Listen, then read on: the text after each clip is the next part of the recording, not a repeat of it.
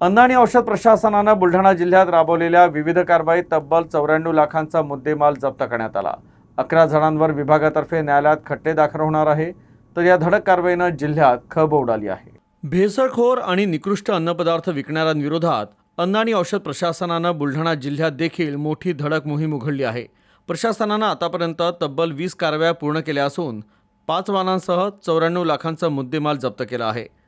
तर तपासणीसाठी पाठवलेल्या नमुन्यांपैकी 11 अन्न नमुने थेट मानवी आरोग्यासाठी असुरक्षित असल्याचं निष्पन्न झालंय।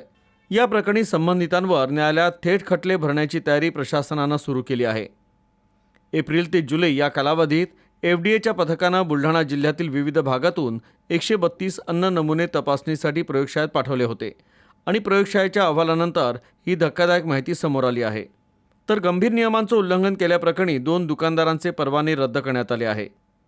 मात्र एक गंभीर बाब समोर आली आहे। बुलढाणा जिल्ह्यात 17,000 पेक्षा अधिक नोंदणी आणि सुमारे 2,000 परवाने असताना तपासणीसाठी मात्र संपूर्ण बुलढाणा जिल्ह्यासाठी केवळ 3 अन्न सुरक्षा अधिकारी उपलब्ध आहे। असं असतानाही मनुष्यबळाच्या कमतरतेवर मात करत अन्न आणि औषध प्रशासनानं कारवाईचा धडाका कायम ठेवल्यानं भेसळखोरांचे धाबे दणाणले आहेत। तर पुढे देखील ही मोहीम सुरू राहील असा इशारा प्रशासनातर्फे देण्यात आला आहे।